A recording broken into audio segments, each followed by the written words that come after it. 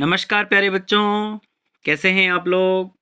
एक बार फिर से स्वागत है आपका आपके अपने हिंदी के सर की कक्षा में। बच्चों, आज हम चर्चा करेंगे आपकी वर्कशीट 70 के बारे में। दिनांक 21/12/2020। यह कार्यपत्रिका बच्चों आपकी पाठ्यपुस्तक कृतिका के पाठ साना साना हाथ जोड़ी पर आधारित है। इसको हम अपनी ऑनलाइन कक्षा में भी पढ़ चुके हैं और इसके पहले भी हम इसका पूर्व भाग देख चुके हैं। बच्चों, अब हम नए पाठ की शुरुआत करते हैं। इस पाठ का नाम है साना साना हाथ जोड़ी। यह पाठ एक साहित्यिक विधा या प्रकार यात्रा वृत्तांत है। यात्रा वृत्तांत क्या होता है? किसी स्थान की यात्रा करना, यात्रा के दौरान पहुंचने का साधन, उस स्थान की भौगोलिक स्थिति, सामाजिक, आर्थिक और सांस्कृतिक परिवेश का साहित्यिक रूप में वर्णन करना यात्रा वृत्तांत कहलाता है। आप भी कई स्थानों पर की यात्रा करते होंगे, वहाँ की स्थितियों से परिचित होते होंगे। अगर आप उसे लिखें तो वह यात्रा वृत्तांत कहलाएगा। इस पाठ में लेखिका मधु कांकरिया ने पूर्वोत्तर भारत के एक सुंदर प्राकृतिक राज्य सिक्किम की यात्रा और वहाँ की भौगोलिक स्थिति, सामाजिक, आर्थिक और सांस्कृतिक परिवेश का सुंदर वर्णन किया है। बच्चों, यह पाठ आपके जो सीबीएसई का प्रोजेक्ट वर्क है उसमें भी बड़ा ही लाभदायक साबित होगा, इसलिए आप इसे ध्यान से पढ़िए। आइए अब पाठ को शुरू करते हैं, जानते हैं। मैंने हैरान होकर देखा जैसे उल्टा पड़ा था आसमान और सारे तारे बिखर कर नीचे टिमटिम आ रहे थे।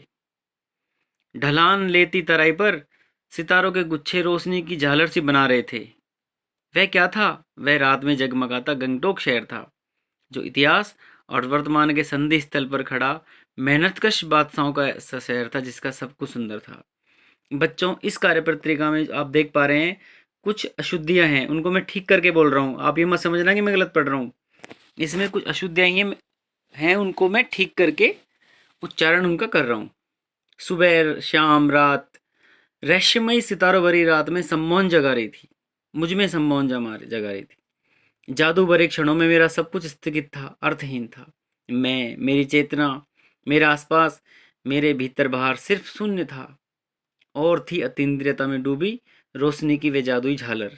जादुई झालर यानी रोशनियों की पंक्तियां, पंक्तिबद्ध रोशनी।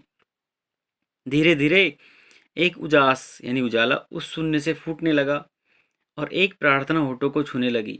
साना साना हाथ जोड़ी गर्दऊ प्रार्थना, हमरो जीवन तिमरो कौशली। यह नेपाली भाषा में प्रार्थना है, जिसका अर्थ है छोटे छोटे हाथ जोड़कर प्रार्थना कर रही हूँ कि मेरा सारा जीवन अच्छाइयों को समर्पित हो। आज सुबह की ये प्रार्थना के बोल मैंने एक नेपाल की युवती से सीखे थे, लेखिका ने बताया। तो बच्चों, ये तो हुई कार्यपत्रिका। अब देखते हैं इसके प्रश्न। प्रश्न क्रमांक 1 है, यात्रा वृतांत किसे कहा गया है और इसमें किस बात का वर्णन किया जाता है? इसका उत्तर होगा किसी स्थान की यात्रा के दौरान वहां पहुंचने के साधन, वहां की भौगोलिक स्थिति, सामाजिक, आर्थिक, सांस्कृतिक परिवेश का साहित्यिक रूप में वर्णन करना यात्रा वृतांत कहलाता है। इस पाठ में लेखिका ने सिक्किम का वर्णन किया है। प्रश्न 2, लेखिका कहाँ गई थी और वह स्थान भारत में कहाँ स्थित है? ज्यादा कठिन प्रश्न नहीं है, आसान प्रश्न है। उत्तर होगा लेखिका सिक्किम गई थी और यह राज्य भारत के उत्तरी पूर्व में, उत्तर पूर्व राज्य है, उत्तरी पूर्व भाग में स्थित है। प्रश्न 3, रात में जगमगाता गंगटोक शहर कैसा दिख रहा था और वहां की सुंदरता का वर्णन लेखिका ने किन शब्दों में किया है? उत्तर होगा रात में जगमगाता गंगटोक शहर इतिहास और वर्तमान के संधि स्थल पर खड़ा मेहनतकश बादशाहों का ऐसा शहर था जिसका सब कुछ सुंदर था, यानी सुंदरता से परिपूर्ण। प्रश्न 4, नेपाली लोग क्या प्रार्थना करते हैं और कैसे? जो भी बताया था मैंने, साना साना हाथ जोड़ी गर्दो प्रार्थना, हमरो जीवन तिमरो को सैली। इसका मतलब ये होगा छोटे छोटे हाथ जोड़कर प्रार्थना कर रही हूँ कि मेरा सारा जीवन अच्छाइयों को समर्पित हो। प्रश्न, आखिरी प्रश्न है, नेपाली युवती ने लेखिका नेपाली युवती से लेखिका ने क्या सीखा? नेपाली युवती से लेखिका ने प्रार्थना के बोल सीखे। इसके बाद एक गतिविधि आपके लिए, अपनी किसी यात्रा का वर्णन अपने शब्दों में कीजिए। आपने कहीं किसी जगह की यात्रा की हो, आप भी उपयुक्त पाठ के हिसाब से अनुसार यात्रा का वर्णन कर यहाँ पे कर सकते हैं। बच्चों, ये हो गई आज की कार्यपत्रिका, और मिलेंगे जल्दी ही आपसे अगली कार्यपत्रिका में। तब तक के लिए नमस्कार।